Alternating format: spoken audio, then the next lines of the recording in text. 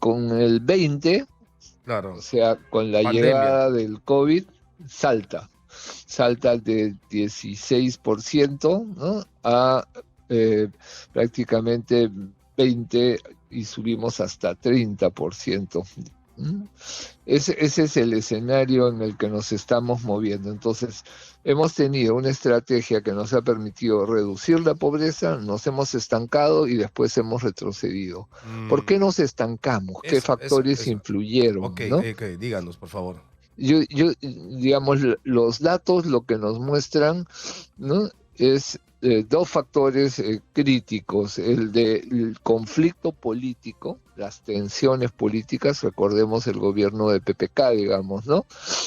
Y sumado a este tema del conflicto político, un impacto de un fenómeno del niño Ujú. que afectó a más o menos 1,5 millones de personas en el país.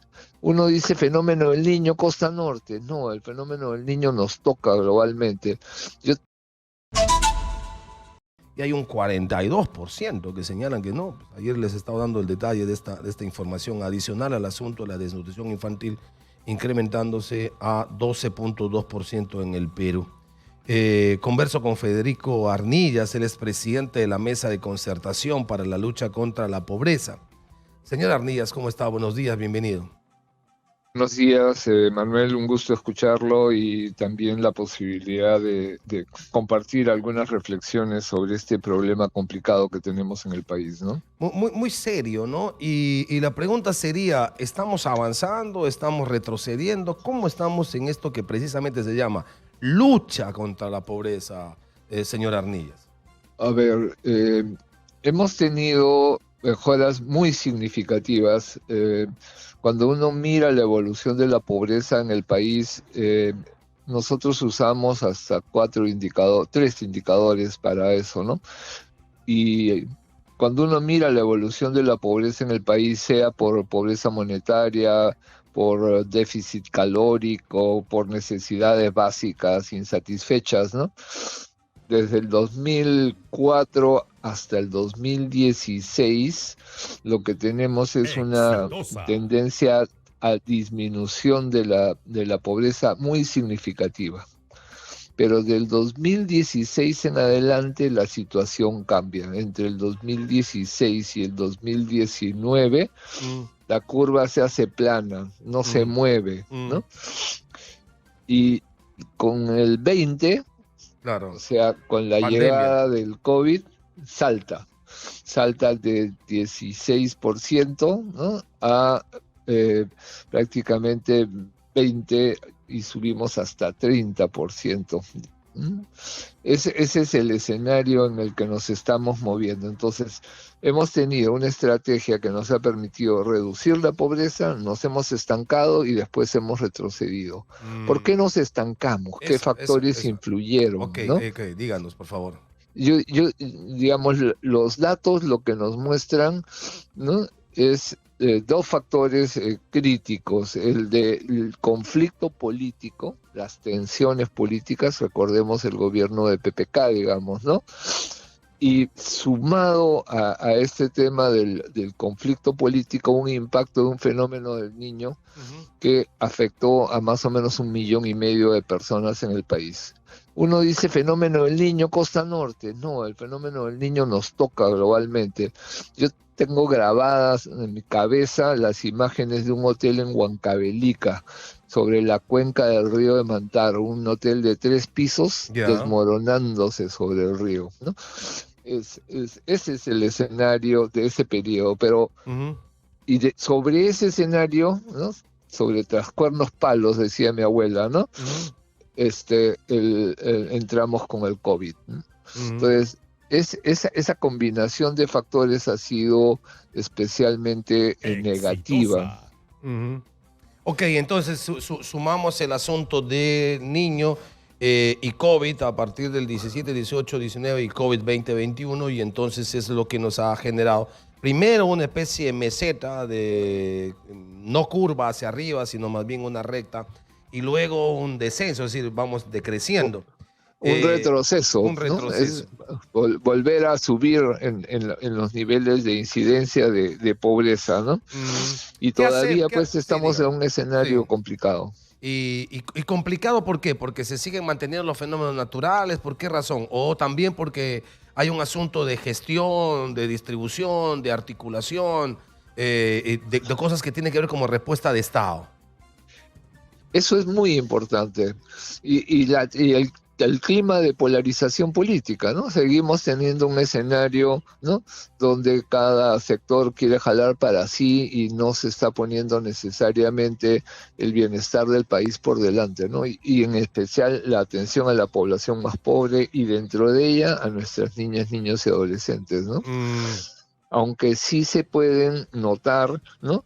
Algunos avances, pero lentos para la situación, ¿no? Para el daño, por ejemplo, de la anemia, es en los primeros meses de vida, ¿no? En los primeros 5 años es que se producen los daños que se convierten en irreparables, ¿no? claro.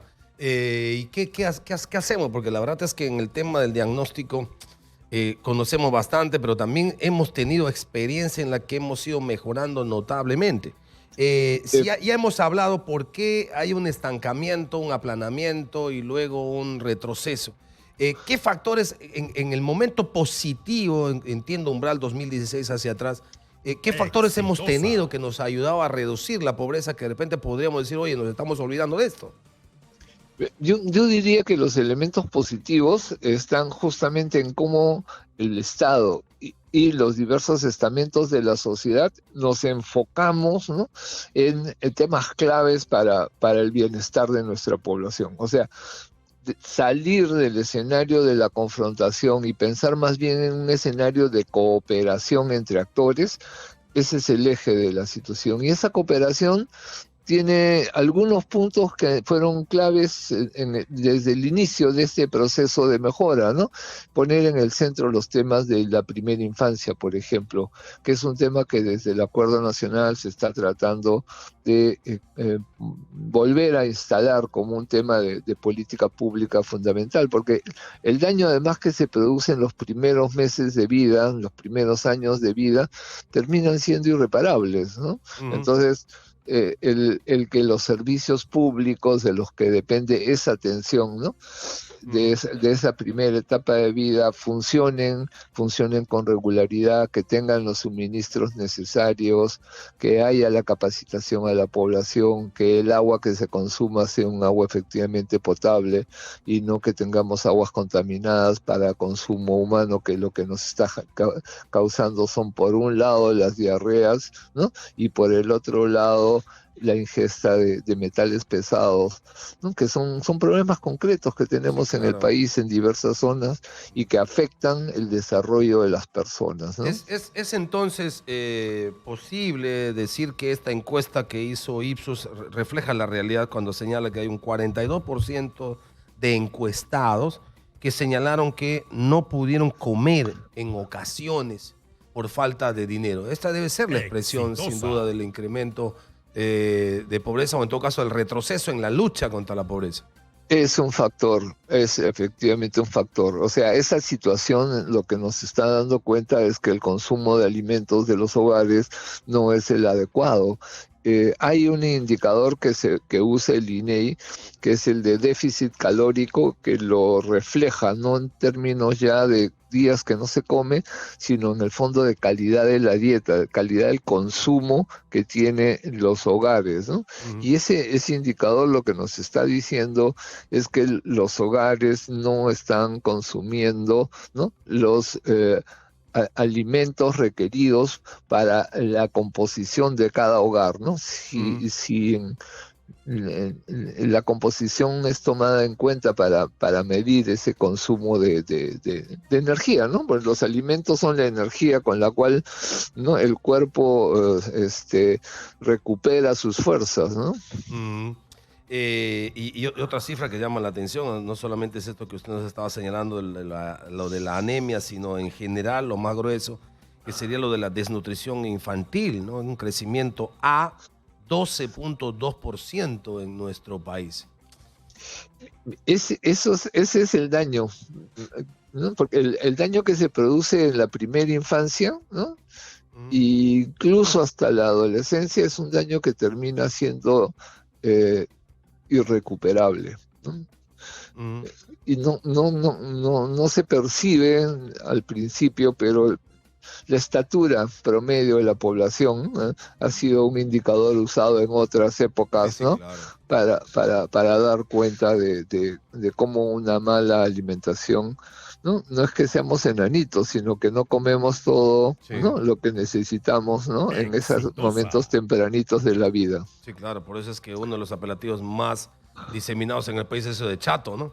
Claro, El chato y la sí. chata. Ahora, Ah, estas cifras de desnutrición, de anemia, de pobreza, se marca igual entre zona rural, zona urbana, se marca igual, es un promedio muy parecido entre costa, sierra y selva, centro, norte y sur, o hay diferencias geográficas marcadas. diferencias muy marcadas. Hay 8 regiones, ¿no? Donde yo diría que el problema es más crítico. Ahí están Apurímac, Ayacucho, Cusco, Huancavelica, Loreto, Madre de Dios, ¿no? Pasco, Ucayali, me faltó poner Puno. Mm, ok. Miren, son regiones, Puno tiene el top en anemia, 62% de incidencia de anemia, ¿no? En esas primeras etapas de la vida. Ok.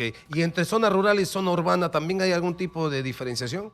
Sí, por supuesto. La incidencia, ¿no?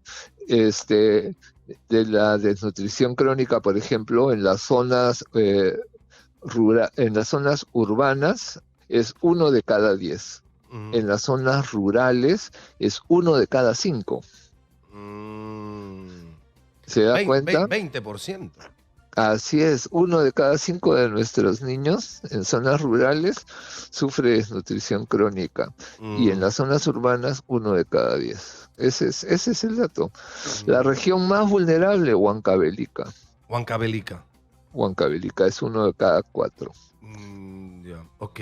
Bueno, qué tal tarea que nos queda, ¿no? Le agradezco mucho. Federico está en esta mesa de concertación para la lucha contra la pobreza, y, haciendo un esfuerzo, yo me imagino, principalmente por articular, porque la dificultad más seria en cualquier respuesta Exitosa. del Estado para hacer política, en este caso de actividad política, contra la anemia, contra la desnutrición, es articular.